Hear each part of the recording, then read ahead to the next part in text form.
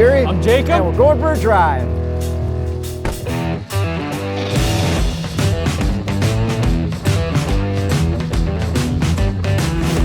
'19 Mitsubishi Outlander PHEV GTS AWC.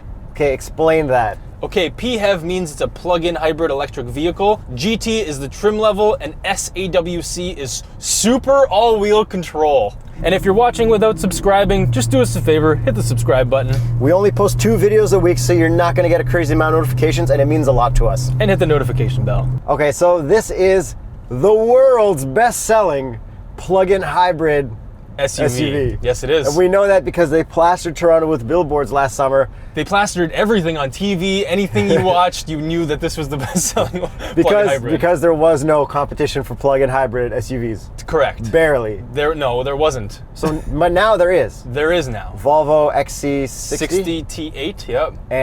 And the Kia Niro plug-in hybrid also exists. But that's more crossover than big SUV. Yeah, well, you gotta stretch a little bit. Yeah. This is the only one technically in its class because the Volvo is also a luxury car, which this isn't. So they do have the best-selling car in a class with no other cars. To be honest, if they didn't run that ad campaign, I would be disappointed at them for it. Well, yeah, I mean, they kind of earned it. Okay, so let's get to horsepower, torque, and electric mileage. Oh, this is gonna be fun. Are you ready for all these numbers? Yeah. 2-liter, 4-cylinder, non-turbo, putting out 117 horsepower and 137 pound-feet of torque.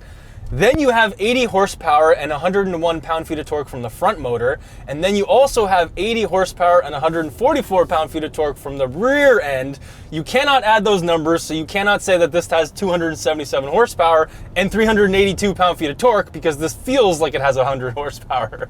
Yeah, it's not the fastest. It's definitely not. But you can drive it in full EV mode. Yes, you can. And how much mileage do we get full EV mode? 35 kilometers. That's it.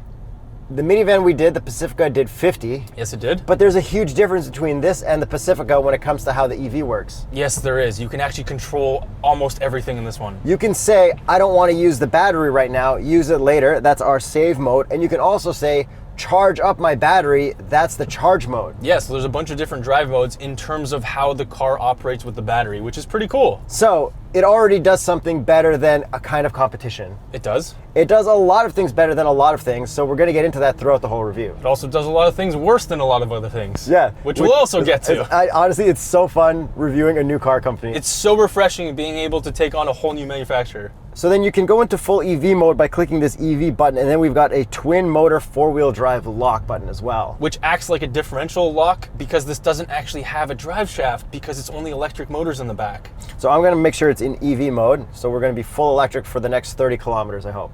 Probably about 20 now. 27. It shows very clearly in your center gauge how much mileage you have for your battery and for just your normal engine. It is. It's super clear, and I really like that. So let me just dig into these electric modes real quick. Go for it. So we also have an eco mode, which will limit how much air conditioning and stuff and how much throttle response you get to the pedal.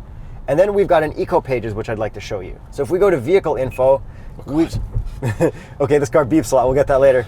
Energy flow, we can see what's going on. And it's actually pretty clear and it's very responsive. Look, let me let off.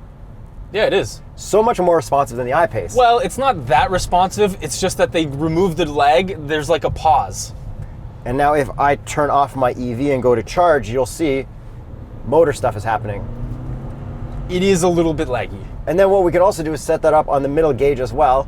But the thing is, when you start doing stuff, these arrows point so fast. It's like someone doing this. Yeah, yeah. You can't really keep track. It's almost like those recycling arrows, but they keep going different ways. I think it's like that episode of Office where everyone's pointing their finger guns at everyone. Oh. You don't watch The Office, do you? Oh yeah, I love The Office. Okay, good. I watch every episode. Did you like it when Michael Scott left? No. I still liked it. It was good. No. Andy, come on. So in EV mode, I want to give a full electric send. This is floored? This is floored without the kickdown pedal, so no motor. Okay, so this is pretty slow, but full electric.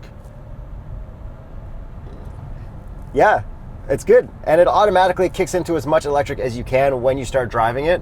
Kind of like the minivan, except the minivan had no option to turn it off. Yeah, having the options is nice. So it's a car for normal people doing like normal short commute stuff every day who can plug in at home. Yeah, who also want to be able to control all their stuff as well. So let's talk about plugs. This has a level 2 and it has a level 3 CHAdeMO. CHAdeMO. I'm not going to not say CHAdeMO. There's an E in there. Whatever. So it does level 1, level 2, level 3. Charge times are worse than the Pacifica for even less range, which kind of sucks. So for level 1, it's up to 13 hours. For level 2, it's up to 3.5 hours. And level 3, it's 25 minutes for 80%. Which is pretty good. Decent. Like if you go to IKEA, they got the Chademo. Chademo. And this also has regenerative braking with the paddles. Okay, these paddles are absolutely unreal. They are like such solid paddles, and they're column mounted. They're column mounted that are like as high quality as an Aston Martin. Like no joke, these are some of my favorite paddles ever. Audi doesn't even come close to paddles like this. Mercedes almost doesn't even come close to this. Like the touch and feel and everything. Yeah, except you can't change gears, it's just for braking. Yeah, And so then- there's 5 levels of regenerative braking, and it doesn't really make that much of a difference at level 5, which is a little disappointing.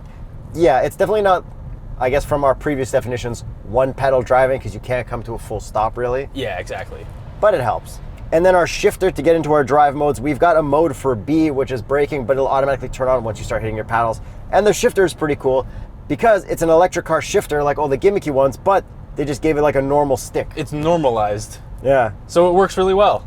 One of the other things they did better than other people. Yeah, I hate the one on the Toyotas. This is great.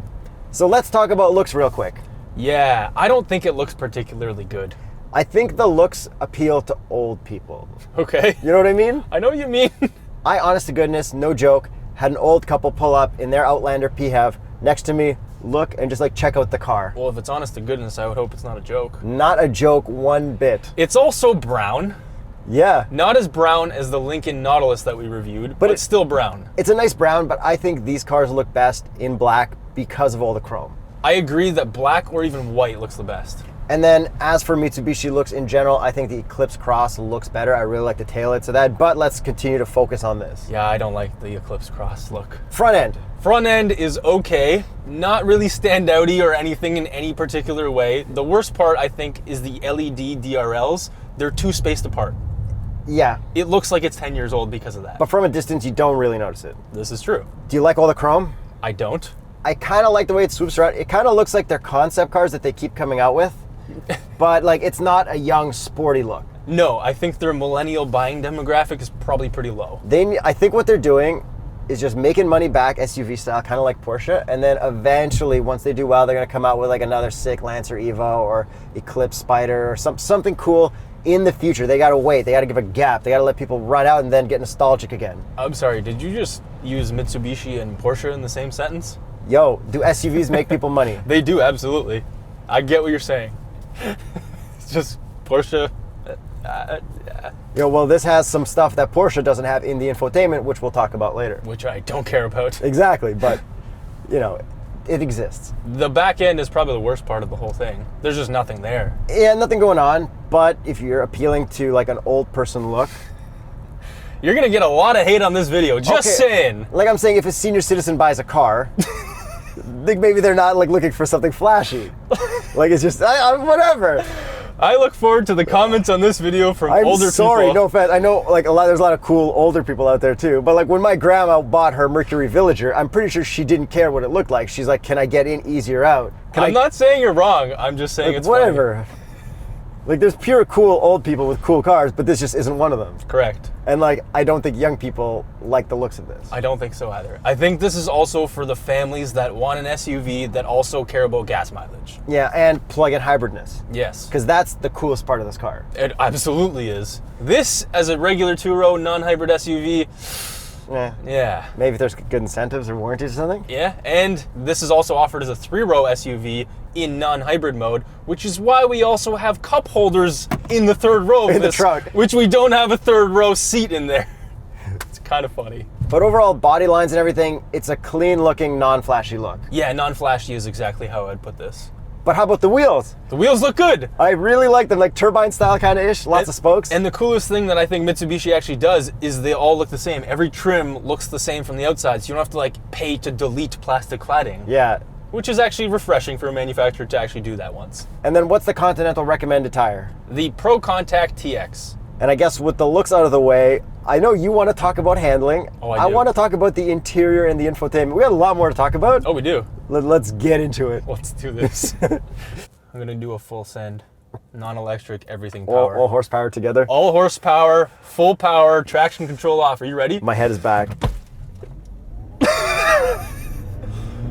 Not the fastest is how I would describe that. I don't think I used a neck muscle. No, nothing really happened. No. So you definitely cannot combine all the numbers from the electric stuff and the gas engine. So can we start off with interior before we get to the handling? I guess. I posted a picture of this on my Instagram, and a lot of people said the interior quality sucks. The interior quality is actually quite good. That's what I'm saying. Like, okay, soft touch almost everywhere. The seats are super comfortable. The steering wheel feels nice. The look is a little bland, but the actual materials, I have no issue with them. Okay, I had this carbon fiber thing. The carbon fiber is so good, and it's like plastered everywhere. There is some gloss black, but where they put all of the carbon fiber stuff, it looks great. Like, it even wraps around this cup holder section. I know. The only other thing that I wish they would do is to delete some of that gloss black, but they even put some sparkle in it, kind of like Toyota. Yeah, and then like the door panels are kind of soft, and the climate control is all hard buttons, very easy to use. Yeah, it is. What I did find funny though is that almost every button for everything else is like those big old Toyota Corolla style buttons. Yeah, they're big buttons, like old school big buttons. And then we've even got one of those like click-in buttons to activate the power trunk or not. Yeah, which I've never really seen on any other manufacturer. No, I think I only see it in like Doug videos when he's going over quirks and like, I think it was in the F1. Oh, really? Yeah. All right. And the quality of the leather on the steering wheel, it's so good too. Like, it feels a little flimsy, the actual wheel. It kind of feels like I'm holding cardboard, but the actual leather, it's really nice. Yeah, and combined with those paddles, like... I just want to use those paddles all the time. I love these things. And then we even have all 4 auto up and down windows, which a lot of cars don't actually have. That's true. Like, it's got a lot of weird, good stuff. It does. Then let's talk about the visors. Yes. Because we haven't tested those out yet. All right, here we go. First time for a Mitsubishi. 3, 2, 1. No. Very disappointing, Mitsubishi. Okay, how about the cup holder? I've got a ice cap Tim Hortons that I drank maybe a day ago. Well, that fits. I don't know if a small cup will. It probably will. I think it would. They just didn't get with a small cup today. Nope. Then how about the box test? We should find out with the box test. 15 boxes. Pretty good. The tailgate's really slow though. Make sure you get your own box on patreon.com/TheStraightPipes. That's pretty good for this size. It actually is, because this is kind of a 3-row. So let's talk about the seats. They're pretty comfortable. They don't feel like they're super padded. They're just normal, good seats. Yeah, they're definitely not like well bolstered, but you don't really care about that in this. And then the back row, there's lots of legroom. Yeah, surprisingly good. But the best part about the back row is... Ejecto-ceto, cuz? Straight up. To fold the seats down, you pull the strap and it goes boom. It launches really hard. But do you mind it? Kind of. It's weird. It's like it gets a flat load floor and it's funny. And you have to remember to put the back portion in first, otherwise you're going to scratch the hell out of the seats because it has that metal tab. I'm just happy that Ejecto-ceto cuz happened on a Mitsubishi, which was the sponsor for Too Fast, Too Furious. That's true. So now to the infotainment. Surprisingly very useful. It's got Apple CarPlay, Android Auto. It's got a volume knob. It doesn't have a tuning knob, which sucks. And then we've got kind of like touch buttons on the right. But everything works really well. Like if I've got my Apple CarPlay on, if I click apps, it goes right back to Apple CarPlay. Yeah, and it's a little laggy here and there. And then the weirdest thing that I noticed is there's no back button in some of the menus, so I have to press the home button. Yeah, it's not the most user-friendly, but for what I use it for, Apple CarPlay and rewinding satellite radio stations, you have 12 rewinding satellite radio stations, and you have Tune Mix, which automatically tune mixes whatever's in your first 6 or from 7 to 12. That's a pretty smart way to do it. No one else has done that before. It makes perfect sense, and the rewinding stuff is always on the screen. Yeah, that's cool. So like, this is kind of better than Hyundai for some of the stuff I use. But it's not as good overall. No, but Exactly. you know, it's got a lot of better features. Let's talk about those beeps. This thing beeps so much. I start the thing and it beeps. You press the menu button, it beeps. You get out of the car with the key in your pocket, it'll beeps. Beep. If you close your trunk and then walk to get in while the trunk is closing, it'll add more beeps. It beeps all the damn time. I haven't had a car that beeped more than this yet. Yeah. Like by far. It's pretty annoying. You cross the line. I'll probably beep because of lane departure, but that makes sense. But Beep, beep, beep. But the cool part is it's actually lane departure warning, and it actually says LDW for that. Yeah, so they don't try to trick you saying that it's lane keep assist or anything like that. Yeah. Oh, and one more thing I wanted to mention about the infotainment stuff. We have a 360 camera, and it is very good quality for a lower res, very good stitching, much better than Nissan and Mazda. Yeah, I agree. So let's talk about power delivery and handling and all that fun stuff. Suspension. Suspension is actually super floaty. It's a little too floaty. When you go over a big bump, you just kind of like sway for a little bit after that.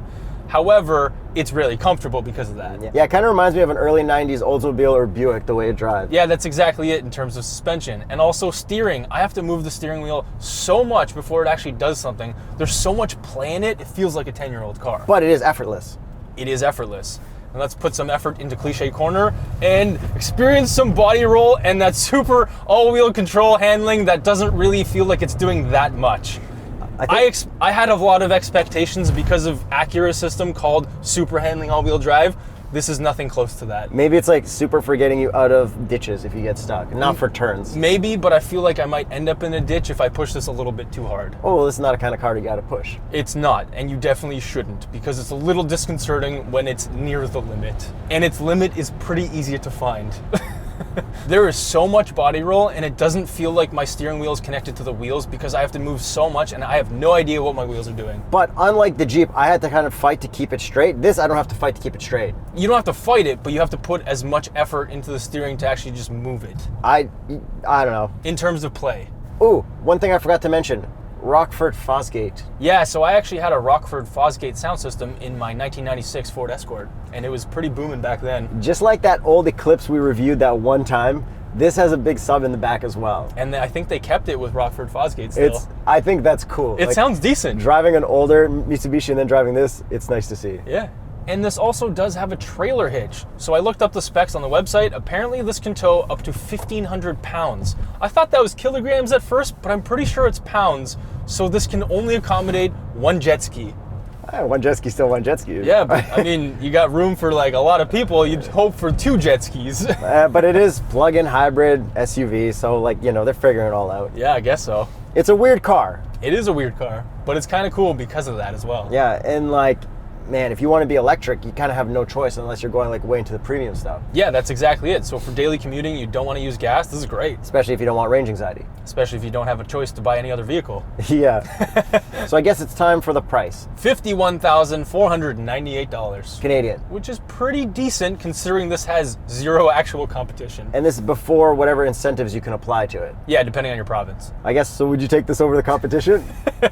Good joke, Yuri. I don't know. I don't mind this. I think they get a lot right compared to what the minivan did. Yeah, I think so too. Having the independent drive modes, being able to control stuff is really nice. The handling is probably the worst part of this. This doesn't have any power, but the charging stuff is really cool because if you don't care about handling or power, this is fantastic to drive to work and just not use any gas. Yeah, and I enjoy the infotainment. I enjoy the paddles. I think it's nice in here. I think it's comfortable. And it does have a lot of good features. So let us know if this changed your mind on Mitsubishi. What did you think of it before you saw this review? Because I'm pleasantly surprised by it. So am I. It's refreshing to review a Mitsubishi, and I look forward to their electric future.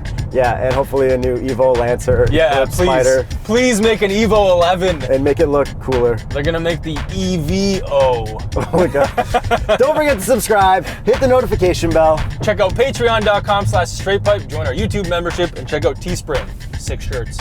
I'm Yuri. I'm Jacob. And we're going for a drive.